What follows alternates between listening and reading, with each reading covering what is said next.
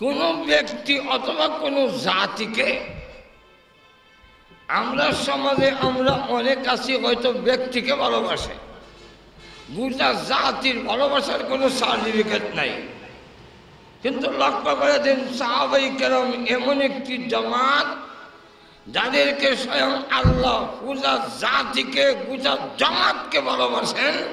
এমন একটি জামাত যদি আল্লাহর জমিনে থাকে সেটা হলো সাহাবায়ে কেরামের জামাত।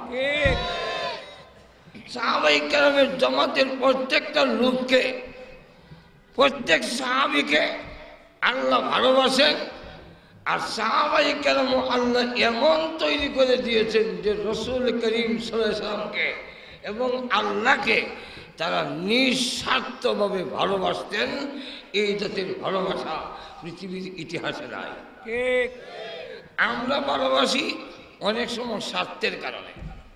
লক্ষ্য করে দেখেন সাহাবায়ে কেরাম ভালোবাসা, রাসূলের ভালোবাসা কোনো স্বার্থের কারণে ভালোবাসেন নাই। এক সাহাবী অসুস্থ, আল্লাহর নবী গেছেন দেখার জন্য। দেখতে গিয়ে দেখেন অবস্থা বেশি ভালো।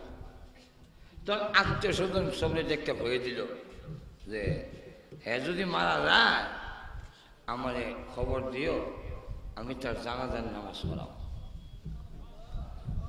আচ্ছা বলেন তো দেখি, রাসূল যদি জানাজার নামাজ পড়ে লাভ হইবে না ক্ষতি হইবে? লাভ হইব। আর তো জোরে আল্লাহ রাব্বুল আলামিন বলেন ওয়ালাউ আন্নাহুম ইয যালামু আনফুসাহুম জাউকা ওয়াস্তাগফিরুল্লাহা ওয়াস্তাগফারা লাহুমুর রাসূল লাওয়াজাদুল্লাহা তাওয়াবার রহিম।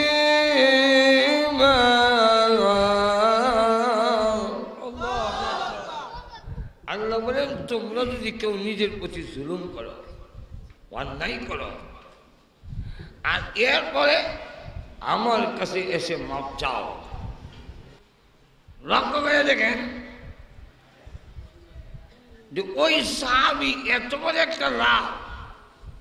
আল্লাহ বলেন তোমরা যদি তোমাদের নিজের প্রতি কোনো জুলুম করো, এরপরে যা উকা ফাস্তাগফিরুল্লাহ ওয়াস্তাগফারা লাহুমুর রাসূল, হে নবী তারা যদি আপনার কাছে আসে জুলুম করে, অন্যায় করে, এরা আমার কাছে মাপ চায় আর আপনাকে দিয়ে যদি সুপারিশ করাতে পারে যে আল্লাহ এরে মাফ করে দিন, লাওয়াজাদুল্লাহ তাওয়াবার রহিমা, নিশ্চয় আমি আল্লাহ তাদের তওবা কবুল করে নিব। তো রাসূল সাল্লাল্লাহু আলাইহি ওয়াসাল্লাম যদি কারোর জন্য কয় হে আল্লাহ আপনার তাকে মাফ করে দিন, আয় আল্লাহ তাকে মাফ করে দিন, নিশ্চয় আল্লাহ তার এই দরখাস্ত কবুল করবেন। ঠিক আর তো কত বড় লাভ।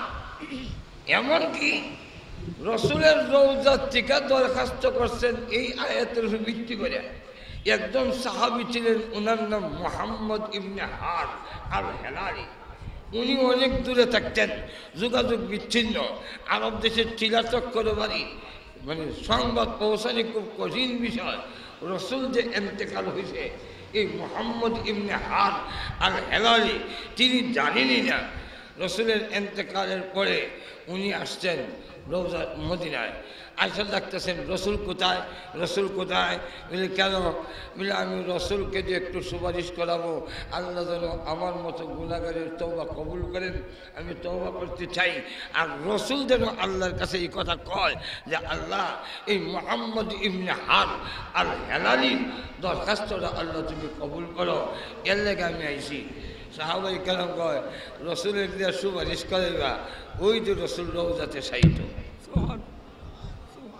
এখন এই সাহাবী রওজা শরীফের কাছে গিয়ে গই দিয়ে কান্দা,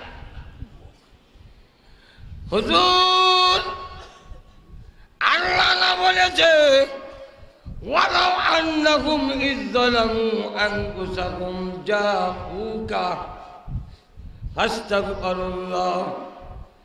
আপনার কাছে এসে আল্লাহর কাছে যদি মাপ চাই এবং আপনাকে দিয়া যদি সুপারিশ করাতে পারি আল্লাহ দরখাস্ত মঞ্জুর করবেন। নবী গো, আপনি যে পৃথিবীর থেকে বিদায় হয়ে গেলেন, আমার জন্য আল্লাহর কাছে কে বলবে? হামাগুড়ি দিয়া কান্দে, দুলাগুলো উড়ায়, আর আল্লাহর নবী দাঁড়াইয়া দিয়েছেন। এবং আমাদের আকিদা, আহলে সুন্নাতুল জামাতের আকিদা, বিশ্ব নবী রওজা শরীফে জিন্দা আছে। নবীজি বলেন, এই হাদিসের সামর্থ্যই মান সাল্লাল্লাহু আলাইহি ইনদা কবরি সামিতুহু, কেউ যদি আমার রওজার কাছে এসে সালাম দেয়, দুরূদ পড়ে, আমি নিজ কানে তার দুরূদ সালাম শুনি। ওয়ামান সাল্লা আলাইয়া নাইবান আই গাইবান ওয়াক্কালাল্লাহু তাআলা মালাকান, কেউ যদি দূর থেকে আমাকে সালাম দেয়, আমার প্রতি দুরূদ পড়ে, তাহলে আল্লাহ ফেরেশতা নিযুক্ত করে রেখেছেন। ফেরেশতা নিযুক্ত করে রেখেছেন বলতে আম্মার ইবনে ইয়াসির থেকে আরেক হাদিস, উনি বলেন ফেরেশতা একজন মোবাইল টাওয়ারের মতো রসুলের রওজার পাশে দাঁড় করে রেখে দিয়েছেন। পৃথিবীর যত মানুষ ততটা কান তার আছে, নাম ঠিকানা সহ। পড়তে দেরি হয়, দুরূদ পড়তে দেরি হয়, নবীর প্রতি সালাম দিতে দেরি হয়, ওই ফেরেশতার কানে আওয়াজ হইতে দেরি হয় না।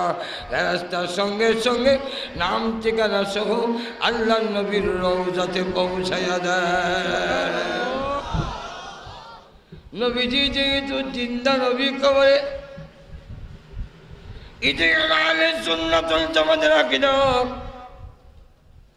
নবীজি রওজাতে শুনে মুহাম্মদ ইবনে আল হেলালি হামাগুড়ি দিয়ে কান্দে, হুজুর পৃথিবী থেকে বিদায় হয়ে গেছেন, আমার জন্য আল্লাহর কাছে কে সুপারিশ করবে? যখন এইভাবে আমাগুড়ি দিয়ে কান্দে, একবার দাঁড়ায়, আবার জমিনে পড়ে যায়, আবার আমাগুড়ি দেয়, দুলা বলে ওড়ায়। এমনি শুনে রওজার ভিতর থেকে আওয়াজ আসতেছে, এই মুহাম্মদ ইবনে আল, কান্দিস না, আমি আল্লাহর কাছে দরখাস্ত করেছি তোর জন্যে, তোর তওবা আল্লাহ কবুল করে নিয়েছে। আমার তৈরি লক্ষ্য করেন, সাহাবীর কত লাভ। নবীজি তার জানাজার নামাজ পড়াবেন, আল্লাহ নবীর জন্য কত, নবী জানাজা পড়াইলে কত বড় লাভ হবে। যদি বলেন আল্লাহ আমার এই সাহাবীকে তুমি মাফ করে দাও। নবীজি যখন মুহাম্মদ আব্দুল্লাহ যুল বাগদাইন তার লাশ কবরে রাখার সময় হাত এইভাবে লাশটা নিয়ে হাত উঁচু করে দরখাস্ত করেন, প্রভু গো, আমি রাজি, মেহেরবানি করে তুমিও আমার আব্দুল্লাহ যুল বাগদাইন তার প্রতি তুমি রাজি হয়ে যাও।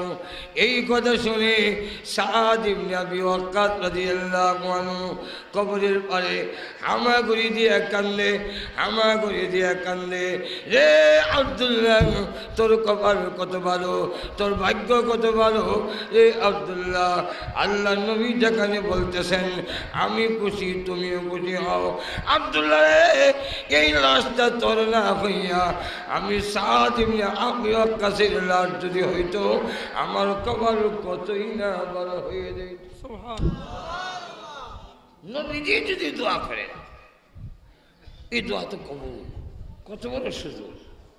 লক্ষ্য করে দেখেন, রসুল বিদায় হওয়ার পরে এই সাহাবী তার আত্মীয় স্বজনদের দেখে কইল, আমি ওসিয়ত করে যাই এবং কসম দিয়া কই, আমার এন্তেকালের পরে দাফন করার আগ পর্যন্ত রসুলের খবর দেওয়া।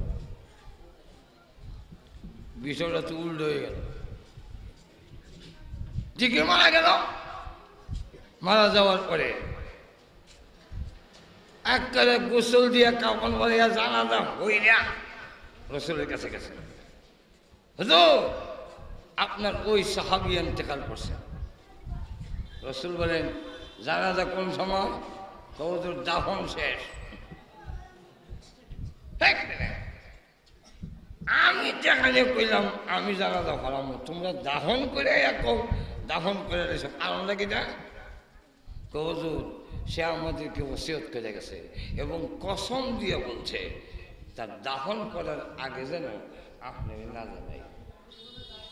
কারণটা কইছি বুঝি যে কি কারণ?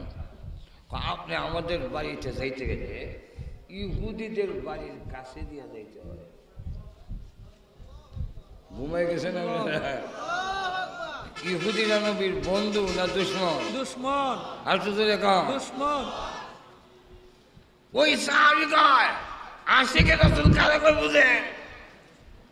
আমরা দেশের আশিকে রাসূলরা রাসূলরা দেয় না, রাসূলের নাম দিয়া জিলাপি রসগোল্লা রাসূলরা দেয় না, রাসূলের কাছ থেকে নেয়। সত্যিকারের আশেক যে সে দেয়, নেয় না। আশেক তো দুই রকম।